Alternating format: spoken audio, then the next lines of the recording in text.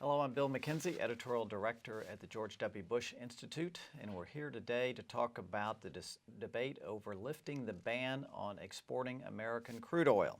It's hard not to pick up a paper today and read about America's energy boom, whether it's shale gas or crude oil.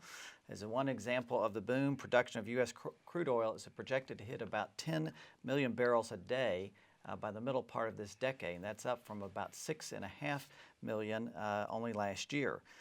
With all this production going on, some producers like ExxonMobil would like to see the U.S. lift the ban Washington put on exporting our crude oil. That ban came in response to the Arab oil embargo of 1973, which many of us remember very well, when Mideast producers cut off supplies to the U.S. and Europe. Today we have Bernard Weinstein, a fellow in economics at the George W. Bush Institute and associate director of the Maguire Energy Institute at SMU. He's here to talk about this possible policy shift, but also is an adjunct professor of business economics in the Cox School of Business at Southern Methodist. Welcome, Bud. Thank you.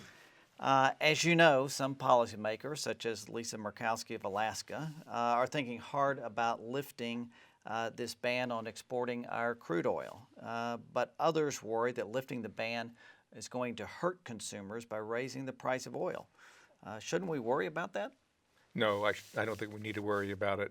It's a different world today than we were facing 40 years ago during the OPEC embargo. Because of the tremendous boost in domestic oil production that you mentioned, plus new discoveries all around the planet, the world is swimming in oil. Indeed, I would argue that oil today is just another commodity. And where it makes sense, where it makes economic and logistical sense to export, we should do so. And where it makes economic and logistical sense to import, we should do that as well. Well, I'm going to come back in a second to your argument, which you've made on our blog and elsewhere about oil just being another commodity. But we're still a net importer of oil, and that has got some people's attention during this debate. That we're still importing oil. Why should we export it? So what? We import automobiles, we export automobiles.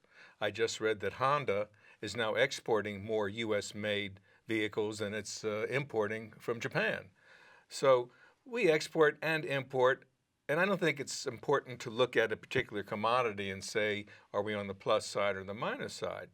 We're importing about 38% of our oil today, but most of that is coming from friendly nations, our NAFTA partners, Mexico and Canada. We get very little of our oil today from the Middle East, only about 8%, and about half of that comes from Saudi Arabia that they feed into their refinery in Port Arthur. So again, to me, it should just be an economic decision. I think the political economy of oil has changed. The markets seem to be fairly calm today about all the disruptions that we've seen in the Middle East and the occasional threats by Iran to shut down the Strait of Hormuz.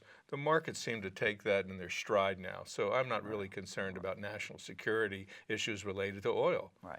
Well, you mentioned the economics part, but there are others, including Boone Pickens, who have concerns about this taking away from our energy independence. In other words, the more we ship abroad, the less we have for our own use.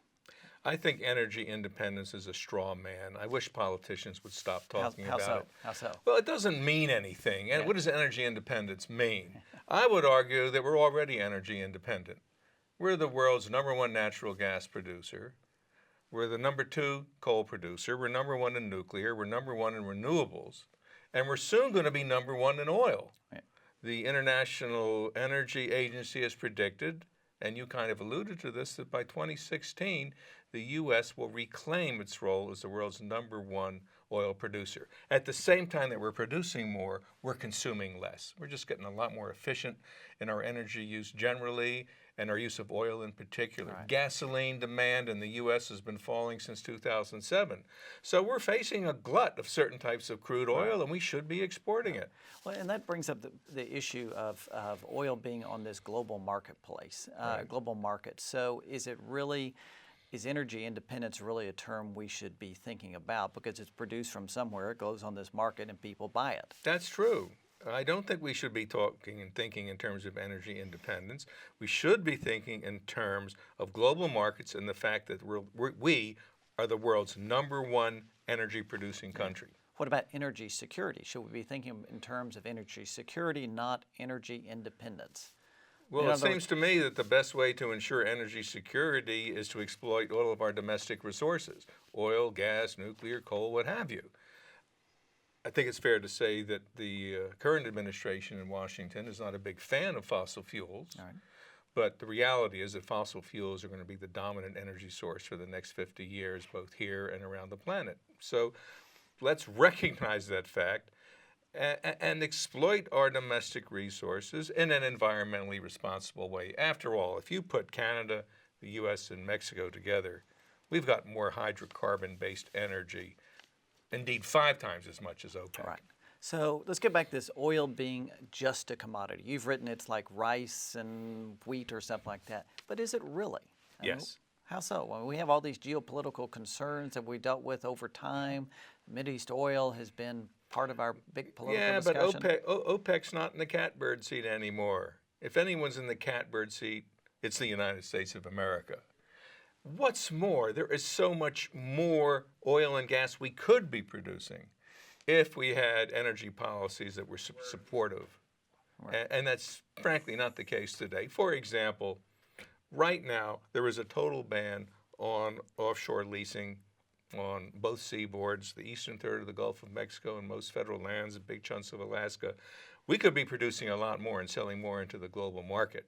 That, to me, means more energy security than worrying about OPEC or putting restrictions or maintaining the restrictions we currently have on the export of oil. All right. Well, let's go back to the discussion about lifting this ban on exporting our crude product. Some refiners, as you know, have not been wild about this.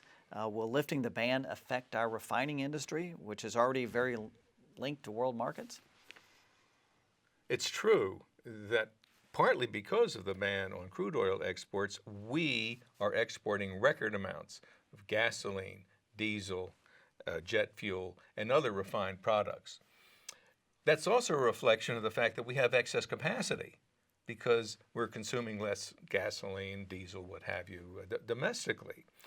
Right now, there are some refiners who are reaping a windfall from comparatively cheap domestic oil because of bottlenecks, because we got a surplus of certain grades of crude. Refineries that are able to process so-called light sweet crude and then sell their product into the market at current prices are realizing a much higher profit margin than they have in the past. So obviously they'd like to maintain the status quo. Right. But I don't think that's good for the nation as a whole. And I also don't think that removing the restrictions is going to have any significant impact on prices because prices are more or less determined on the global market. Right. So last question here. Here we are, a couple guys talking in 2014 about lifting this crude oil ban. Did you ever think we would be at this point, given where we were 40 years ago and what we've have lived through? I think if this were even 5 years ago when we were having this discussion, it would be considered an act of fiction. Right. But the so-called shale revolution that has resulted in the tremendous increase, unprecedented increase in oil and natural gas in the United States has really changed the equation. Right. I mean, a decade ago it would have been science fiction, but today it's real. All right. We'll see how the debate turns out. Thank you, Bud.